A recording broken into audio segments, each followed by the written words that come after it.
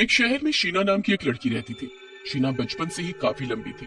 सब उसकी लंबाई का मजाक उड़ाते थे। कोई उसे गन्ने का पेड़ बोलता तो कोई उसे खंबा।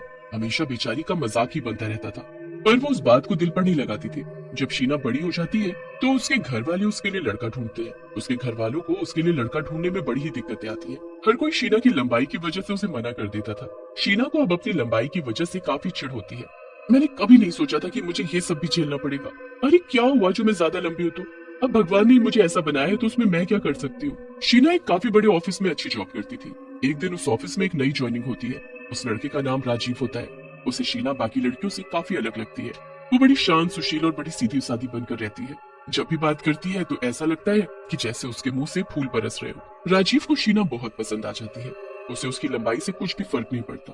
वो शीना से दोस्ती कर लेता है और जब उनकी दोस्ती काफी गहरी हो जाती है तो एक दिन वो शीना को शादी के लिए बोल देता है।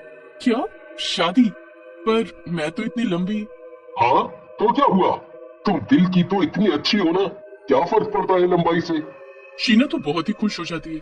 राजीव के घर वालों को शीना लेकिन जरा भी पसंद नहीं आती, पर उनकी अपने बेटे के आगे जरा भी नहीं चलती। अब राजीव की शादी शीना से जैसे तैसे हो ही जाती है।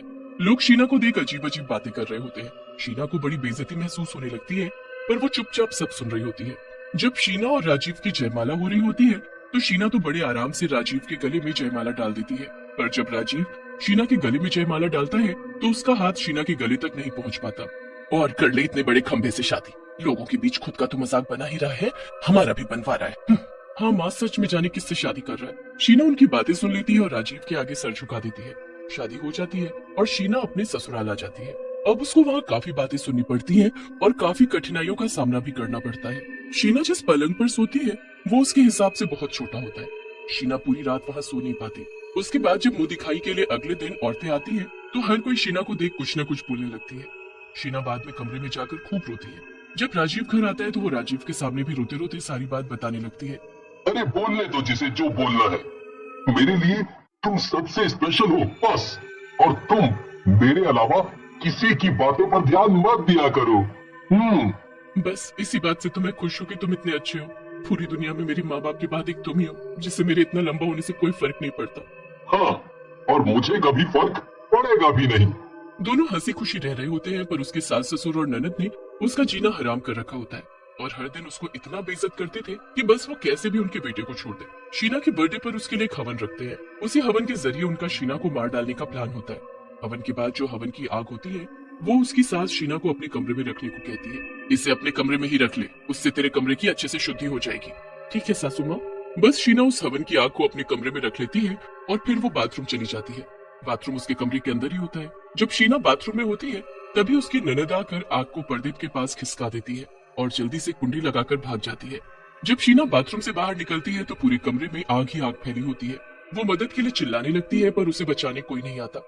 बचाओ बचाओ, अरे कोई मुझे बचाओ। जलने दो इसे, इसकी वजह से हमारी कितनी बेइज्जती होती है। नहीं माँ, नहीं दीदी, ऐसा मत बोलो, मुझे बचा लो। आग बुरी तरह फैल जाती है और उसमें शीना जलकर मर जाती है। शीना के मरने के बाद वो एक चुड़ैल में बदल जाती है और अपने ही घर में भटकने लगती है। चुड़ैल बनकर शीना सबको परेशान करना शुरू कर देती है।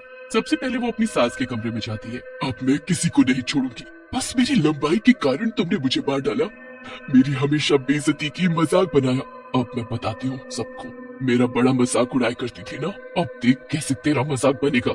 चुड़ैल अपनी सास के बालों में फेविकोल डाल देती है और फिर जोर जोर से हंसने लगती है। अब कल पता चलेगा तुझे कैसे सब तेरा मजाक बनाएंगे। बस फिर वैसा ही होता है। जब अगले दिन राजीव की माँ सोकर उठती है और नहाने जाती है तो उसके बाल बुरी तरह चिपक चुके होते हैं। हाय राम, ये मेरे बालों को क्या हो गया, अब मैं क्या करूँ। राजीव की माँ उनको शैम्पू से धोकर ठीक करने की खूब कोशिश करती है, पर वो ठीक होने का नाम ही नहीं लेते। आखिर में जाकर उसको अपने बाल कटवाने ही पड़ते हैं। अब राजीव की माँ बिल्कुल गंजी हो जाती है। वो अपना सर ढककर रखने लगती है ताकि किसी को पता न चले कि वो गंजी है। फिर एक दिन जब वो सड़क पर अपनी पड़ोसियों के साथ खड़े होकर सब्जी ले रही थी तभी एक औरत बोलती है, अरे आजकल तुम हमेशा अपना सर ढककर क्यों रखती हो। बस वो ऐसे ही। राजीव की माँ इतना बोलती ही है कि अचानक वहाँ हवा चल पड़ती है और उसके सर से पल्लू उड़ जाता है।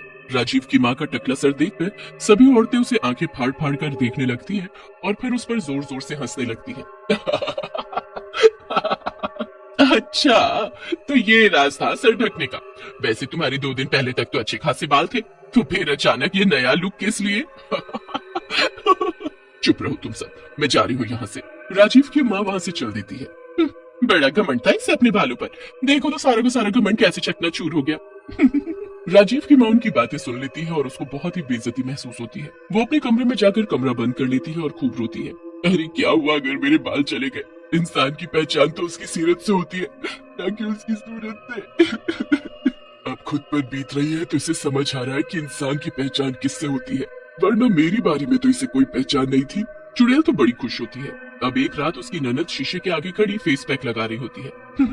अब तो मैं और सुंदर हो जाऊंगी, वैसे कुछ भी कहो, पर मुझसे सुंदर पूरे खानदान में कोई नहीं होगी। ये तो तेरी गलतफहमी है, हमेशा तुझे यही लगता है, तभी तो हर वक्त मेरा मजाक उड़ाती थी और मेरी बेइज्जती करती थी, यहाँ तक कि मुझे मरने को छोड़ दिया। आज मैं तुझे मुंह दिखाने लायक नहीं छोड़ूंगी।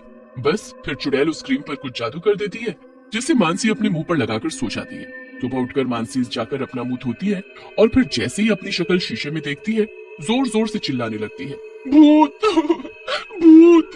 अरे कहाँ है भूत? वो देखो। ये भूत नहीं तुम हो, ये तुमको क्या हो गया? तुम तो काली चुड़ैल लग रही हो, ये कैसे हो गया? तुम काली कैसे हो गई? मुझे नहीं पता ये कैसे हुआ, मैं तुझे मुंह धोने आई तो मैंने अपनी शक्ल देखी, अब मैं क्या करूंगी? कैसे सबको अपनी शक्ल दिखाऊंगी? मानसी बहुत रोती है, उसका घर से निकलना मुश्किल हो जाता है। इतने दिनों तक वो घर से ही नहीं निकलती। चुड़ैल ये सब देख बड़ी खुश होती है, उसका बदला कहीं ना कहीं पूरा हो रहा होता है। फिर एक दिन की बात है जब चुड़ैल अपने ससुर से बदला लेने आती है और उनको छज्जे से नीचे धक्का दे देती है। उसके ससुर के सर में चोट आ जाती है, उनके इलाज में राजीव के सारे पैसे लग जाते हैं और ज्यादा छुट्टियां करने की वजह से उसकी नौकरी भी चली जाती है। एक दिन राजीव बेचारा अकेले बैठकर खूब रोता है। उसको ऐसे देखकर चुड़ैल से रहा नहीं जाता और वो उसके सामने आकर खड़ी हो जाती है। पहले तो राजीव उसे देखकर बहुत डर जाता है, पर फिर जब वो चुड़ैल उसे बताती है कि वो उसकी मरी हुई पत्नी है, तब जाकर राजीव शांत होता है। ये सब मेरी वजह से हुआ है, मेरी वजह से तुम्हारे घर वालों का ये हाल हुआ है। ये लोग हमेशा मेरे लंबे होने का मजाक बनाते थे, मुझे हर दिन बेइज्जत करते थे, पर चलो यहाँ तक जो हुआ वो हुआ, पर इन्होंने तो मुझे मार ही डाला। तुमको याद है वो आग जिसमें मैं जलकर मर गई थी? वो आग तुम्हारे घर वालों का काम था।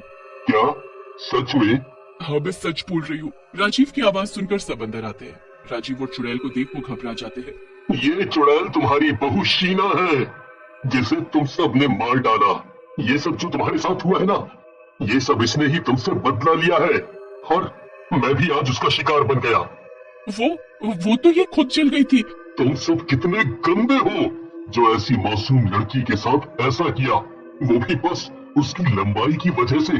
अब तुम सब ऐसे ही रहो, यही तुम्हारी सजा है। हाँ यही सजा है तुम्हारी। राजीव और चुड़ैल वहाँ से चले जाते हैं। उसके घर वाले बहुत हाथ पैर जोड़ते हैं, पर दोनों में से कोई उनको पलट कर भी नहीं देखता। राजीव जिंदगी भर उनसे दूर अकेले रहता है और कभी दूसरी शादी नहीं करता।